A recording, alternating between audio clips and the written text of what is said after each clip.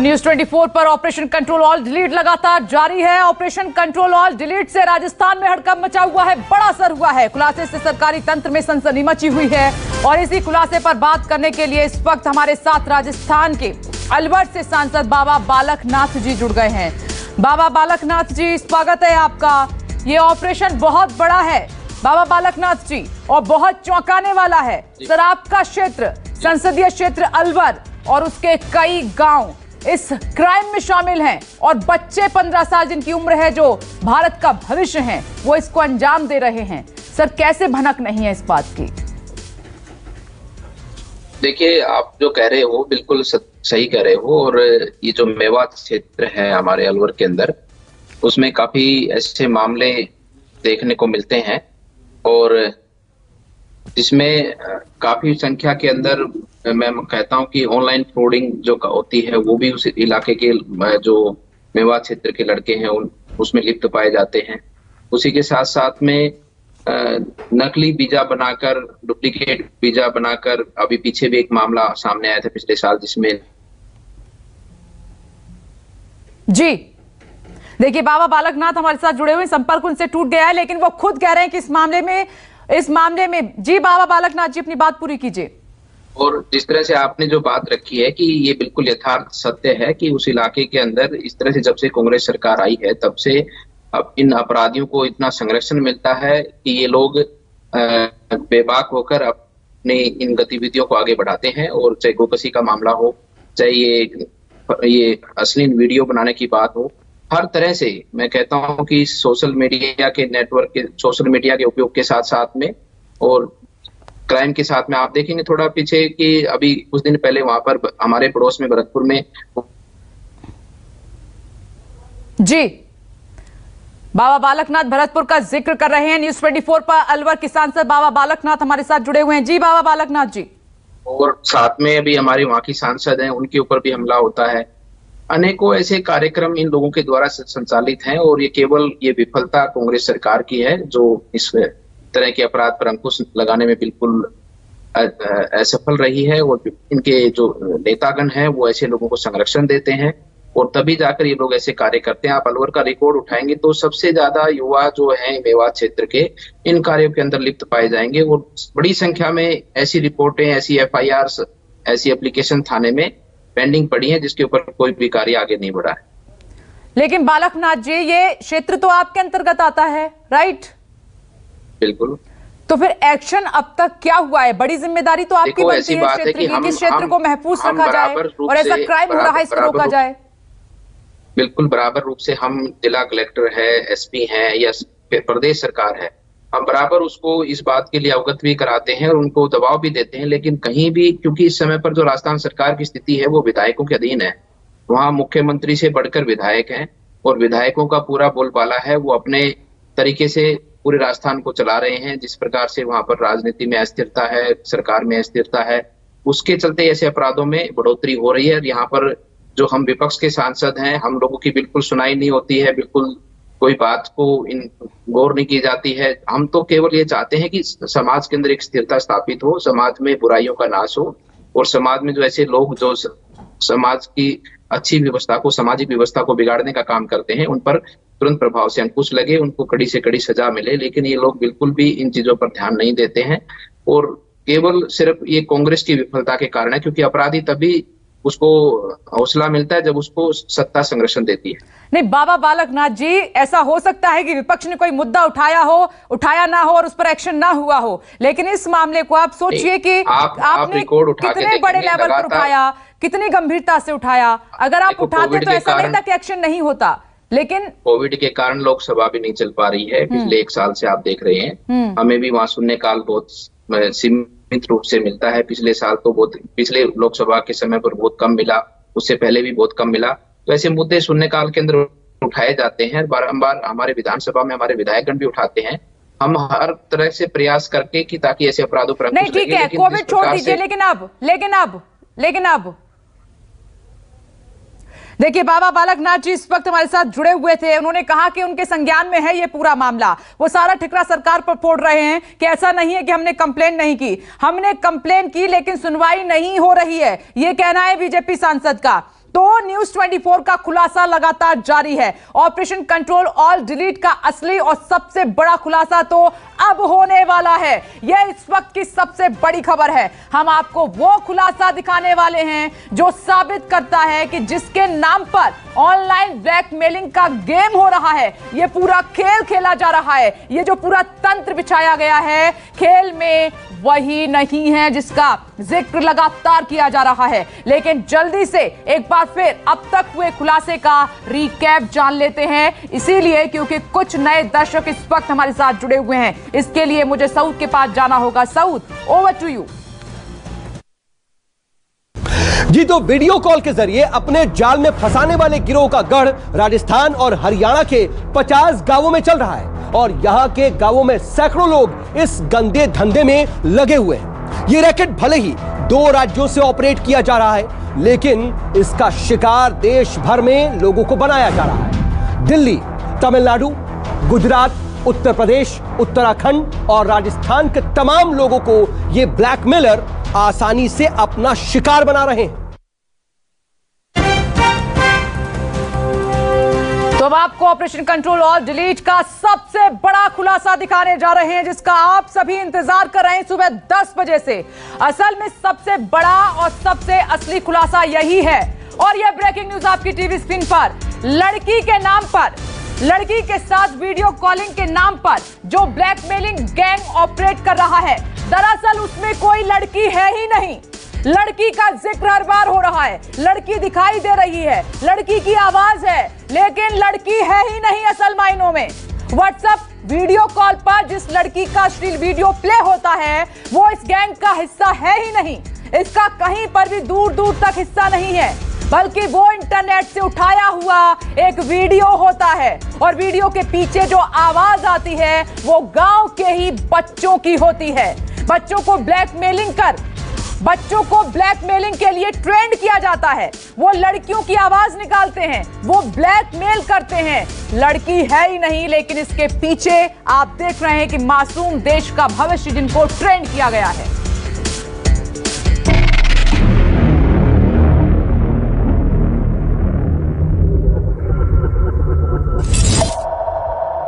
अभी तक आपने देखा कि कैसे एक वीडियो कॉल से एक शख्स की जिंदगी बर्बाद करने की सोची समझी साजिश रची जाती है।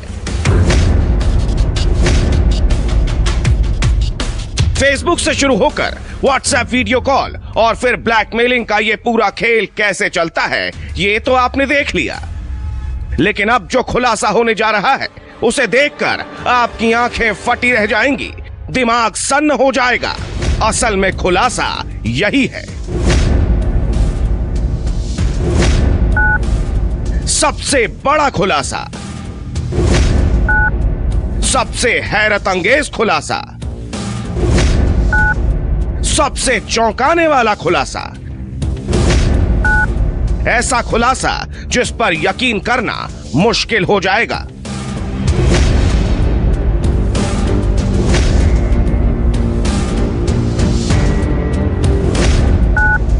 सेक्सटॉर्शन का यह गंदा धंधा खेला तो लड़की के नाम पर जाता है, लेकिन इसमें कोई भी लड़की शामिल ही नहीं होती है। जी हां, यही सत्य है, यही तथ्य है।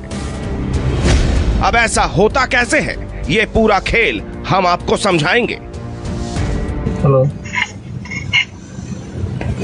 हाँ बोलो, अपना मास्क उतारो। फेसबुक के जरिए व्हाट्सएप नंबर लेने के बाद जब शिकार के मोबाइल फोन पर वीडियो कॉल आता है, वीडियो कॉल में सीधे एक अश्लील वीडियो प्ले होता है। आप कहाँ बैठे हो? आपको दिख रहा? मैं पहले आप अपना मास्क उतारो। वीडियो में लड़की अश्लील हरकतें कर रही होती है, लेकिन जो लड़की नजर आती है वो असली नहीं होती। दरअसल वो वीडियो होता है अश्लील वीडियो जो प्ले कर दिया जाता है। वीडियो के साथ जो आवाज सुनाई देती है वो उस लड़की की होती ही नहीं है जो वीडियो में दिख रही होती है। मिसाल के तौर पर इस वीडियो कॉल को ही देखिए। इस शख्स को वीडियो कॉल आया, फोन की दूसरी तरफ से आवाज आ रही है। अपना मास्क उतार कर अपना फेस दिखाओ। मैं तो दिखाई दूंगा आपको, अब तो पहले। हमारी इन्वेस्टिगेशन में एक और बहुत बड़ा खुलासा हुआ। खुलासा ये कि जो आवाज सुनाई देती है वो ब्लैकमेलर के घर या गांव की लड़कियां या छोटे बच्चे होते हैं। सेक्सटॉर्शन के इस पूरे गोरख धंधे को अंजाम देने के लिए ये लोग कुछ वीडियो क्लिप्स और न्यूड वीडियो क्लिप्स का इस्तेमाल करते हैं, जिससे दिखाकर ऐसा प्रतीत होता है कि मान लो कोई घर की लड़कियां ही इनके साथ इन्वॉल्व हों, लेकिन ऐसा ना होकर वो कुछ न्यूड वीडियो क्लिप्स होती हैं। घर के बच्चे और लड़कियां जनरली इसमें जिसको भी हनी ट्रैप करते हैं उसके साथ थोड़ी देर पहले बात करने के लिए, ताकि वो कन्विंसिंग लगे, उसमें ज़रूर इन्वॉल्व होते हैं। बाद में वीडियोस प्ले करने के लिए घर के पुरुष इन्वॉल्व होते हैं। खुलासा ये कि जो आवाज सुनाई देती है वो ब्लैकमेलर के घर या गांव के बच्चों की होती है, जिन्हें ट्रेन किया जाता है। मतलब ये कि जो वीडियो प्ले हो रहा होता है वो किसी दूसरी डिवाइस पर चल रहा होता है और आवाज किसी दूसरे बच्चे की होती है।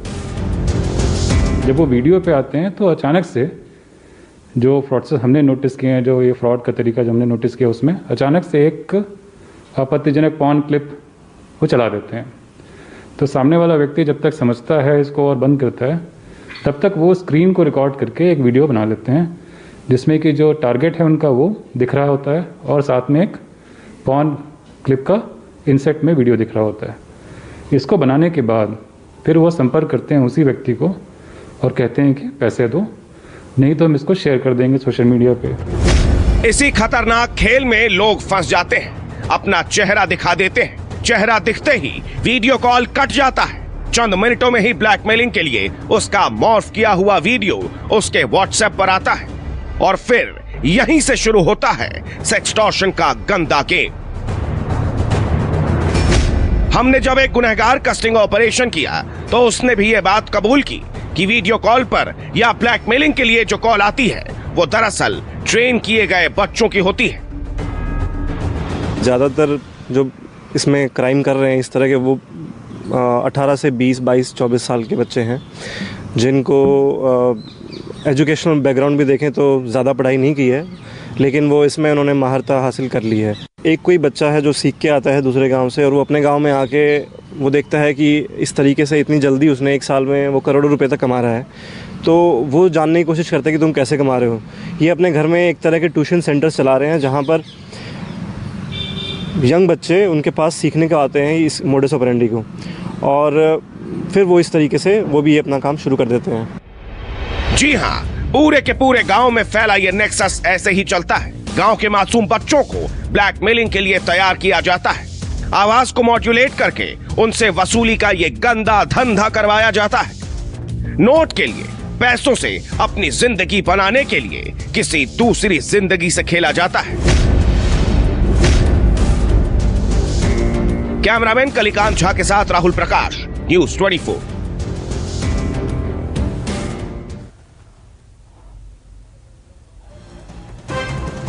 आपको ऐसे ही धक्का लगा होगा, आप ऐसे ही अभी साइलेंट होंगे, आपके पैरों तले जमीन खिसक गई होगी। इसीलिए हमने कहा था कि जो आज हम खुलासा करने वाले हैं पूरे हिंदुस्तान को हिलाकर रख देगा। जो लोग अब तक शिकार हुए हैं लड़की के नाम पर, आज वो सदमे में होंगे कि लड़की तो दरअसल थी नहीं और उनका सब कुछ लुट गया, सब कुछ बर्बाद हो गया।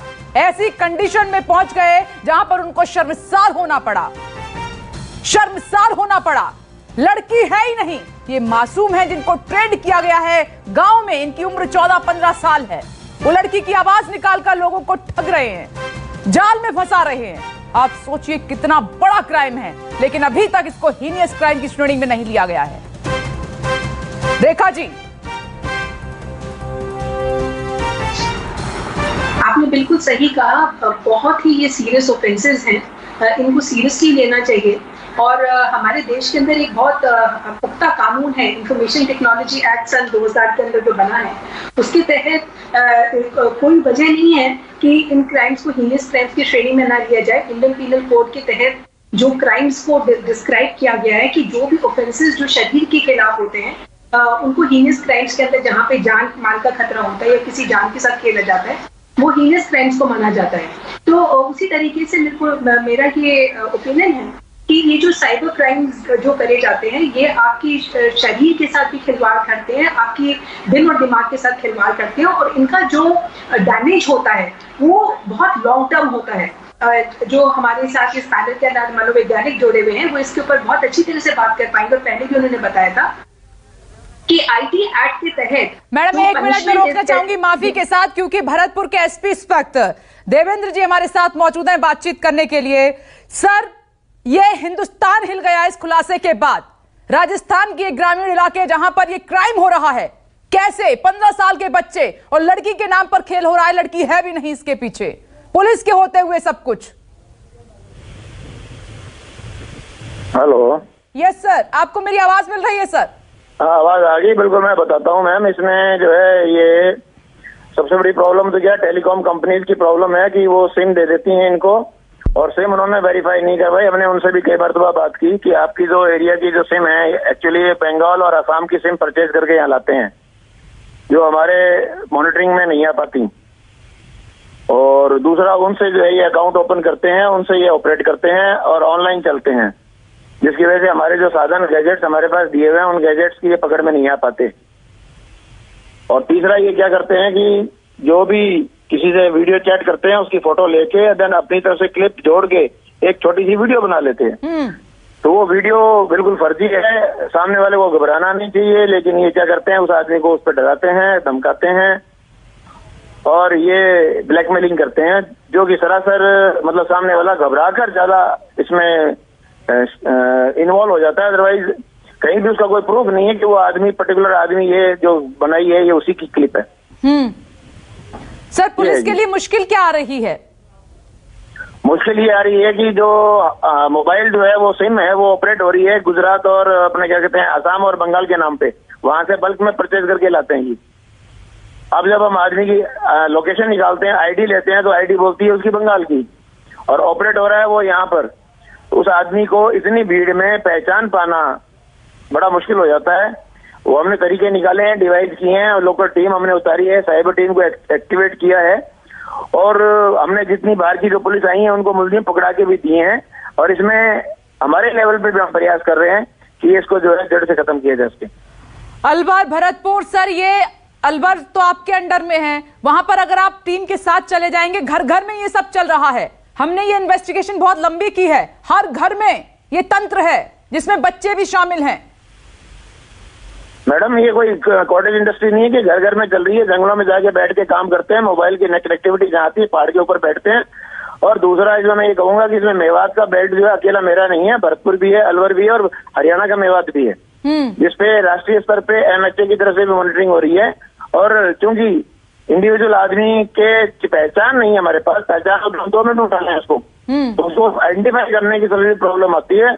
और वो पहचान तभी हो सकती है जब सामने वाला उसको वीडियो कॉल करके उसकी फोटो क्लिक कर ले और उसको जो है अपने स्क्रीनशॉट में ले ले। कोई तो सॉल्यूशन होगा, लेकिन सर ऐसे तो छोड़ नहीं सकते क्योंकि तो सुसाइडल पहुंच जाता है। आपने देखा कितने लोगों की जिंदगी बर्बाद हो गई इस ये पूरे तंत्र की वजह से, जो लोग इन्वॉल्व हैं इसमें। मैम, मैंने इस मामले को स्टडी भी किया है। इसमें जहाँ किसी आदमी की फोटो लेके अननोन से आप वीडियो चैट क्यों करते हो, वीडियो चैट अननोन से करते ही वो फोटो ले लेते हैं, स्क्रीनशॉट ले लेते हैं। अब स्क्रीनशॉट के बाद क्या होता है, अपनी एक एडिट की हुई वीडियो साथ में जोड़ देते हैं। अब सामने वाला आदमी अगर उसमें घबराए कि साहब मेरी वीडियो बना ली है, तो वो तो अब घबराहट का तो कोई इलाज नहीं है, लेकिन हाँ हमारे को सूचना दे कि साहब ये नंबर पे आई है, हम तुरंत कार्रवाई करेंगे उस पर। सर अभी हमारे साथ बहुत दर्शक जुड़े हुए हैं जो इस वक्त आपको सुन भी रहे हैं और उनके कई सारे सवाल हैं जो सोशल मीडिया के माध्यम से मुझे मिल रहे हैं कि हम गए थे, लेकिन मैं आपकी बात नहीं कर रही हूं, लेकिन सिस्टम ऐसा है कि इसको सीरियसली ही नहीं लिया जाता है। तो फिर कैसे आए आपके पास, बताइए। मैम, हमारे पास जितनी भी स्टेट्स के अथॉरिटीज ने अप्रोच किया है उनको सबको हमने मुलजिम पकड़ा के दिए 100%, एक भी मुलजिम बचने नहीं पाया। और क्योंकि एक्चुअली इनका ऑपरेशन जो है ना वो थ्रू आउट इंडिया कर रहे हैं, राजस्थान में नहीं कर रही है। आपको मैं और बता दूं, ये जो OLX का फ्रॉड है 5000 2000, अब बॉम्बे के किसी आदमी का 2000 का फ्रॉड हो गया, वो सोचता है कि इतनी दूर कौन माता बच्चे करे। तो ये क्या है, टर्नओवर इनका इस तरह ये जो है इन्होंने बढ़ा लिया। अदरवाइज कोई भी नहीं, अब इसके बाद क्या करने जा रहे हैं? आपने देख लिया न्यूज़ 24 ये जागरूक करने के लिए ऑपरेशन कंट्रोल और डिलीट चला रहा है, ये हमारी जिम्मेदारी। अब आपकी जिम्मेदारी क्या है सर? हमने पता भी बता दिया, गांव भी बता दिया, शहर भी बता दिया, अब आपकी जिम्मेदारी क्या है? मैम आपके माध्यम से मैं इनको अलर्ट करना चाहता हूँ, हिंदुस्तान के आम नागरिक को, कि अननोन आदमी से वीडियो चैट ना करें। पहली बात तो क्योंकि आपका कांटेक्ट में है यदि वो आदमी तो उसी से वीडियो चैट करें। अननोन अगर को वीडियो चैट आती है उसको ऑन ना करें। अननोन कोई ओटीपी मांगता है उसको ओटीपी ना दें। अननोन कोई आपको कांटेक्ट करता है इस तरह की, साहब हम आपको ये दे देंगे वो दे देंगे, तो वो चीजें अवॉइड करें। ये हर आदमी की, हर नागरिक की जवाबदारी बनती है कि वो जो है अनावश्यक जो है जिसको जानता नहीं उसको अनावश्यक जो है अटेंड करे, तो मुसीबत में कहीं ना कहीं हो जाता है। हम मानते हैं कई बार भूलवश हो जाता है। आप जाएंगे उस तरफ जहां पर हम आपको लोकेशन दे रहे हैं, टीम के साथ इसको और इन्वेस्टिगेट करेंगे ताकि इन लोगों को पकड़ा जा सके, भविष्य भी सुरक्षित रहे और जो लोग फंसे हैं वो भी सुरक्षित हो जाएं। निसंदेह आपकी पूरी मदद होगी मैम। इसमें हमारी तरफ से पूरी टीम लगी हुई है और हमने जितनी भी स्टेट की पुलिस के जो आए हैं OLX फ्रॉड में और इस तरह की वीडियो चैट वाले आश्वासन आज न्यूज 24 को आप देख रहे हैं, हिंदुस्तान सुन रहा है। इसके बाद हम कुछ एक्शन चाहते हैं। शुक्रिया सर न्यूज 24 से बातचीत करने के लिए। मैम, रेखा मैम, अब अपनी बात कंप्लीट कीजिए। ये धक्का है हिंदुस्तान के लिए, एक धोखा, एक फरेब जिसमें उन्होंने सब कुछ बर्बाद कर दिया अपना। विपनेश आपने बिल्कुल सही कहा। हमारे देश के अंदर जो आपने बहुत अच्छा प्रोग्राम बनाया है जिसके तहत आप बता रहे हैं कि राजस्थान, हरियाणा वगैरह के अंदर जिस तरीके के साइबर क्राइम्स हो रहे हैं वो एक जैसे कहते हैं ना, एक मास लेवल के ऊपर लोगों की जो साइकोलॉजी है सबसे पहले तो उनको खराब करते हैं। एक तो जो क्राइम करने वाला है, स्पेशली जिसके अंदर मैंने देखा कि आपके प्रोग्राम के तहत कि ज्यादातर युवा पीढ़ी के लोग जुड़े हुए हैं, तो जो और कुछ तो जुवेनाइल हैं, जो अगर है ना जुवेनाइल बच्चों को भी इसके अंदर जोड़ा जा रहा है। गांवों के अंदर उनको ये सिखाया जा रहा है, ट्यूशन सेंटर्स जिस तरीके से सांगवान जी ने ये शब्द का इस्तेमाल करा कि ट्यूशन सेंटर्स एक तरीके से खोले जा रहे हैं। वो तो क्राइम मान ही नहीं रहे इसको, वो क्राइम मानते हैं कि किसी का गला दबा देना, किसी की हत्या कर देना, उसको क्राइम मानते, इसको तो क्राइम ही नहीं मानते वो लोग। बिल्कुल, वो इतना सेंस ऑफ डिनाइल के अंदर है कि जब तक हम कोई तरीके से फिजिकल तरीके से क्राइम ना करें तो वो क्राइम नहीं होता। ये अपने आप को धोखा देने वाली बात है और ऑफ कोर्स जो विक्टिम है उसको तो आप धोखा दे ही रहे हैं। तो ये जो आपने जो सवाल पूछा था कि क्या ये हीनियस क्राइम्स की डेफिनेशन के अंदर आते हैं, देखिए ये हीनियस क्राइम जो इंडियन पीनल कोड के तहत है वो ऑफेंसेस होते हैं जिनके अंदर मिनिमम सजा जो होती है 7 साल और 7 साल के ऊपर होती है। तो जहां तक साइबर टेररिज्म की बात है, अगर वो उसका कोई केस आता है जहां पे लाइफ इम्प्रिजनमेंट की सजा होती है तो वो तो ऑफ कोर्स हीनियस क्राइम्स की कैटेगरी के अंदर आ जाएगा। पर बाकी जो Indian technology information technology act सन 2000 का जो कानून है उसके तहत जो सजा इस तरीके के जो क्राइम्स हैं वो है 2 साल से लेके 7 साल तक की। तो कुछ क्राइम्स जो है वो हीनियस की कैटेगरी के अंदर ले आएंगे। हाँ, परंतु ये बहुत ही मुझे लगता है कि मैं वक्त आ गया है कि कोर्ट को भी इसको अब गंभीरता से लेना चाहिए, क्योंकि ये जाल फैलता जा रहा है, इसमें लोग फंसते जा रहे हैं जिसमें देश का भविष्य भी है। अब ये वक्त आ गया है, हम हाथ पर हाथ धरे नहीं बैठ सकते। एक पीड़ित भी मेरे साथ मौजूद है, विक्टिम की आपने बात की है, वो क्योंकि इसका शिकार हो चुके हैं। आपने सारा अपनी कहानी हमें बताई है कि कैसे ये आप इसमें फंसे हैं जाल में। अब मैं ये जानना चाहती हूँ कि जब आपने फैमिली से डिस्कस किया तो कैसा सपोर्ट उनकी तरफ से मिला और आगे अब क्या कदम उठाने वाले हैं आप? मैंने सबसे पहले सुबह कल आते ही अपनी मम्मी को बताया कि मम्मी ऐसी ऐसी बात है। तो मेरे मैंने कोई बात नहीं बेटा, डरना नहीं है, तो जाके या तो किसी से बात कर, नहीं तो सीधा पुलिस में कंप्लेंट कर। फिर मेरी वाइफ भी है, मेरी वाइफ ने भी मेरे को सपोर्ट किया। उसने कहा कि आप जाओ, अगर कोई दिक्कत होगी बाकी हम लोग हैं आपके साथ। तो पुलिस को कंप्लेंट करो, ये चीज़ गलत है तो गलत है, तो अगर तुम्हारे साथ हो कल को किसी और के भी साथ हो सकता है। तो मैं भी सभी से यही कहना चाहूँगा कि जो मेरे साथ हुआ है वो आप लोगों के साथ ना हो, इसलिए सबसे पहले पुलिस को कंप्लेंट करें। और अगर कोई भी दिक्कत आती है बाकी तो पुलिस आपके साथ है ही। देखिए, बहुत अच्छी बात की है, इन्होंने हिंदुस्तान को जागरूक करने के लिए कहा। ये खुद पीड़ित हैं लेकिन उन्होंने हिम्मत दिखाई, पैसे नहीं दिए, मना कर दिया कि जो करना है कर लीजिए, मैं पैसे नहीं दूंगा, मेरे पास नहीं है। उसके बाद उसकी कॉल तक नहीं आई। जो लोग इनको फंसा रहे थे, शक इनको तब हुआ जब उसने कहा कि मैं दिल्ली से बोल रहा हूं, फिर उसने कहा कि मुंबई में मैं आपका केस फाइल करूंगा, तब इनको शक हुआ। लेकिन ये डरे नहीं, इनकी निडरता ने बचाया है। ऐसे ही आपको भी हिम्मत दिखानी है वेद सर। लेकिन ये जो हिलाने वाला खुलासा है वो ये है, आप सोचिए कि आज हिंदुस्तान के उन लोगों को बड़ा धक्का लगा है जिस लड़की का जिक्र कर रहे थे, जिस लड़की के नाम पर वो सब कुछ अब खो बैठे, पैसे तक दे दिए। वो दरअसल लड़की है ही नहीं, दूर दराज इलाकों में बैठे वो बच्चे हैं जिनको ट्रेंड किया गया है, वो ब्लैकमेल कर रहे हैं। सर, मैं खुद हिल गई हूं।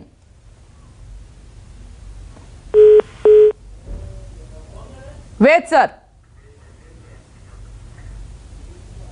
सर को आवाज नहीं जा रही है, लेकिन संयोग जी आपने मेरा सवाल सुना तो जी हाँ, बिल्कुल। जैसे कि मैंने बताया था कि ये जो फर्जी सिम यूज करते हैं और जो व्हाट्सएप नंबर रहता है वो अलग रहता है, तो जिसके कारण जो ट्रेस होना बहुत मुश्किल रहता है। क्योंकि अगर हम लोग कोई ट्रेस भी करते हैं, मान लो जो व्हाट्सएप नंबर है उसे ट्रेस करते हैं, तो उसका लोकेशन अलग रहता है और जो नंबर यूज कर रहे हैं इंटरनेट के लिए वो लोकेशन अलग रहता है। तो इसके कारण जब पुलिस के पास कोई कंप्लेंट लिखाता है, जो नंबर से उसको कॉल आया था व्हाट्सएप कॉल, वो अलग होने के कारण पुलिस उसे ढूंढ नहीं पाती कि एक्चुअल में उसका लोकेशन कहाँ पे। जी, अब मैं आपसे ये जानना चाह रही हूँ जल्दी से कि हिंदुस्तान को हमें बचाना है, हम जागरूक कर रहे हैं और मैं उम्मीद करती हूँ कि हिंदुस्तान अब सबक ले चुका होगा और अलर्ट भी हो गए होंगे। तो इस तरीके के फेसबुक, व्हाट्सएप, इंस्टाग्राम, तमाम जितनी भी सोशल साइट्स हैं, व्हाट्सएप नंबर है, अगर कोई हाय का भी मैसेज आता है, रिक्वेस्ट आती है, तो हिंदुस्तान को क्या करना चाहिए?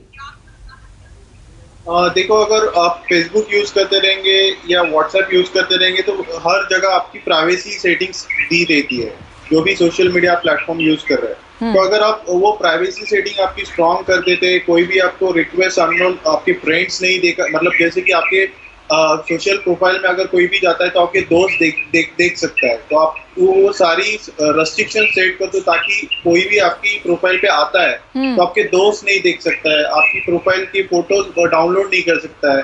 तो ये सारे ऑप्शंस आप प्राइवेसी सेटिंग्स में जाके ऑन कर दीजिए।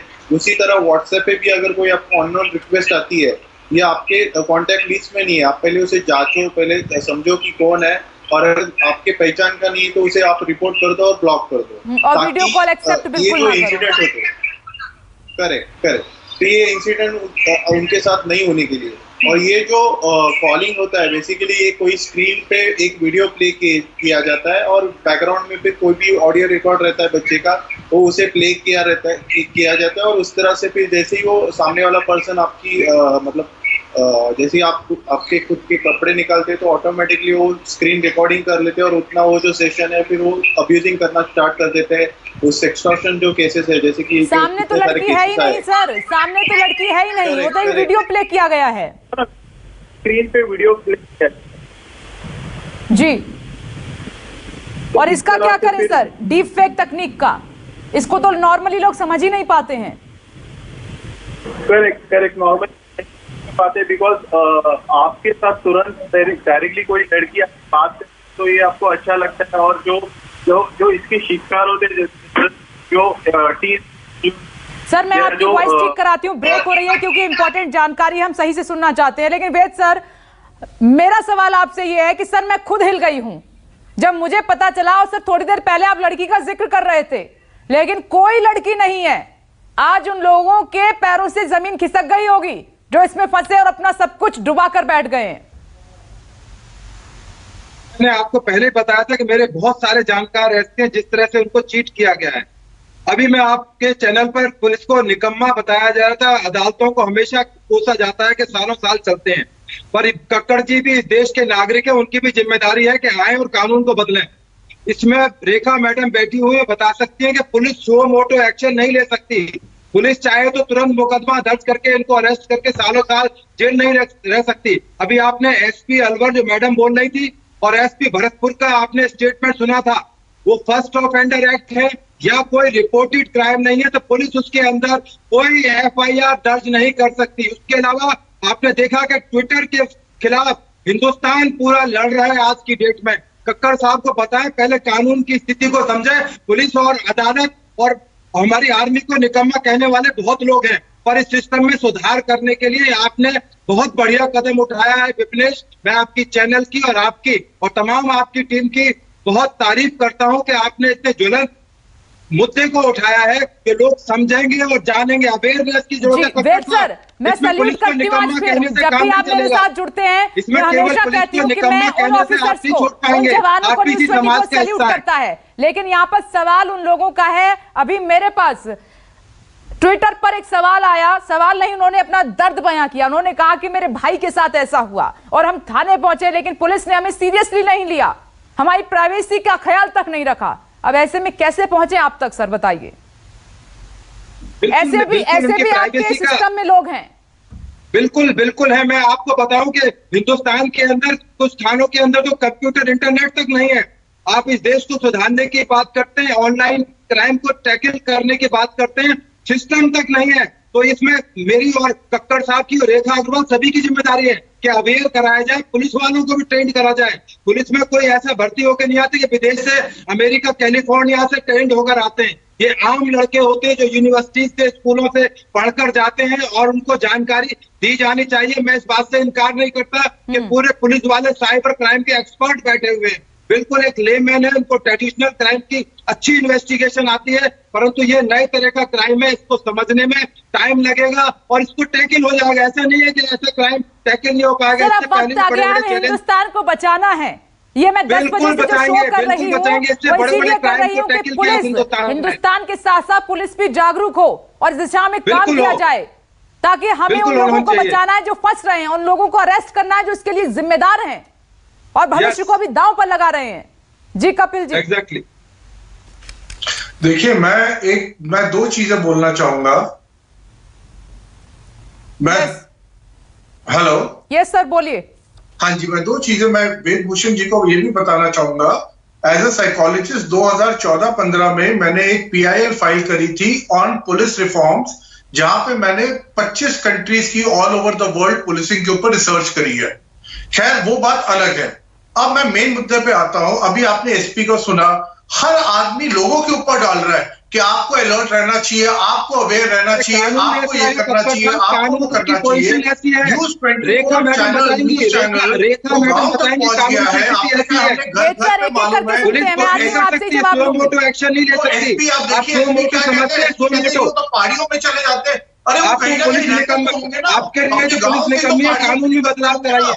तो कहने का मतलब है कि लोगों के ऊपर चीजें डाल देना और खुद उससे पल्ला झाड़ लेना, यही अनफॉर्चुनेटली मैं एक बात यहाँ पर क्लियर कराना चाहती हूँ, क्योंकि ये का प्लेटफॉर्म है और ये गंभीर मुद्दा है। मुझे लगता है कि आपको थोड़ा सा इसमें अपने स्टेटमेंट में संशोधन करना होगा। हम उन पुलिस ऑफिसर्स की बात नहीं कर रहे हैं जो जिम्मेदारी और ईमानदारी से काम कर रहे हैं, शायद आप उनकी बात कर रहे हैं जिसका जिक्र मैंने किया है कि कुछ लोग सीरियसली नहीं ले रहे हैं, शायद पूरे तंत्र नहीं है ऐसा। कपिल जी, आपने तो पूरी पुलिस को निकम्मा बता दिया एकदम। कपिल जी, हाँ जी, पूरे तंत्र को हम ऐसा नहीं कह सकते। मुझे लगता है आपका इशारा उन लोगों की तरफ है जो ठीक से काम नहीं कर रहे हैं। आप देखिए, बहुत सिंपल है कि जब आप देखिए, आप तंत्र वगैरह को, मैं सिस्टम को अलग छोड़ देता हूं। आप मुझे बताइए, उस आदमी के घर में क्या होता है जिसके घर में उसको एक्सपोज होता है, जो ब्लैकमेल होती है, उसकी फैमिली के साथ क्या होता है। अभी आपके जो स्टूडियो में सज्जन बैठे हैं, he is a married man, इनकी वाइफ ने इनको सपोर्ट किया, इनकी मदर ने सपोर्ट किया। ऐसे कितने लोग आराम से चले जाते हैं। जब आप पुलिस स्टेशन भी जाते हैं, आपके अंदर खुद डर होता है, क्योंकि आपको वहां पे ज्ञान मिलना शुरू हो जाता है, आपने ये किया, आपने वो किया। तो ये बहुत इंपॉर्टेंट है, हम लोगों के इमोशन को नहीं समझते। किसी से कुछ गलती हुई, इसका ये हंसते भी हैं, मजाक उड़ाते हैं, मजे लेते हैं, हमने ये भी देखा है, कुछ तो ऐसे भी हैं। तो आपको लोगों के इमोशन, लोगों की भावनाएं, जो उनको मेंटल ट्रॉमा होता है, उसको समझना पड़ेगा। वेद सर, कर्जी कानून से चलता है ये देश कानून से चलता है, भावनाओं से देश नहीं चलता। भावनाओं से अरेस्ट नहीं किया जा सकता कि भावनाओं में बिना कंप्लेंट के, बिना एप्लीकेशन के, बिना लॉ को समझे किसी को अरेस्ट करके सालों साल जेल में नहीं रख सकती पुलिस। नहीं वेद सर, मैं क्या कह रही हूँ सर, आप जो कह रहे हैं मैं उससे अग्री करती हूँ, सहमत हूँ, लेकिन हमारा मोटिव क्या है डिस्कशन का? हमारा मोटिव ये है कि अभी भी देर नहीं हुई है। आज शो के बाद कम से कम कुछ शुरुआत ऐसी हो कि साइबर क्राइम को भी हीनियस क्राइम में लाया जाए, क्योंकि इससे भी मौतें हो रही हैं, लोग सुसाइड कर रहे हैं, जिंदगी बर्बाद हो रही है। हम ये कह के नहीं बैठ सकते कि पुलिस फोर्स नहीं है, अभी कोई प्रूफ नहीं है। अरे सबसे बड़ा जो ताकतवर कर कोई है तो वो है पुलिस तंत्र इस देश में। सर वेद सर, विपिनेश जी बनवाइए ना, नॉन पेनेबल बनवाइए, इसमें फांसी का प्रावधान कराइए ना। पार्लियामेंट मौजूद है, हिंदुस्तान कक्कड़ साहब जैसे प्रबुद्ध नागरिक मौजूद हैं, वो कानून में बदलाव करें। हम तो कहते फांसी की सजा होनी चाहिए, पर कानून में बदलाव तो हो, या पुलिस वाले अपनी तरफ से फांसी, अदालतें फांसी दे दें। रेखा मैडम थोड़ा प्रकाश डालें एक बार इस मामले पे। जी सर, देखिए मेरा रेखा मैडम और सर वेद सर कपिल सर और साथ ही संयोग जी और जो यहाँ पर मेरे साथ पीड़ित बैठे हुए हैं, सुबह 10 बजे से हम लगातार इस ऑपरेशन को अंजाम दे रहे हैं। हमारा मकसद यही था कि हिंदुस्तान को जागरूक करें और हो सकता है, हम पूरी उम्मीद कर रहे हैं कि अब हिंदुस्तान जागरूक हो जाएगा, कोई भी इन जालसाजों के जाल में नहीं फंसेगा, क्योंकि आज हम तह तक गए हैं, हर हकीकत खोल कर रख दी है। तो इसीलिए आप सभी का बहुत बहुत शुक्रिया सर, आप जुड़े और बहुत वक्त दिया है, विस्तार से हमने चर्चा भी की है। लेकिन आखिर में मैं ये कहना चाहती हूं, ये बहुत इंपॉर्टेंट है, ये है कि अगर फेसबुक, ट्विटर, इंस्टाग्राम, व्हाट्सएप कोई भी कॉल आती है, कोई भी रिक्वेस्ट आपके पास आती है, आप एक्सेप्ट नहीं करेंगे, उसकी जांच पड़ताल करेंगे और अगर आपको समझ में नहीं आता है तब भी आप कोई ऐसा कदम नहीं उठाएंगे कि घातक हो सकता है। समझिए, आप इसको समझिए, कुछ करने से पहले 100 दफा सोचिएगा, तभी आप बच सकते हैं। एक छोटा सा ब्रेक ले रहे हैं, लेकिन 2 बजे से ठीक आपको दिखाएंगे कि आप कैसे बच सकते हैं और उनको उजागर करेंगे जो इस जाल में आपको फंसाते हैं।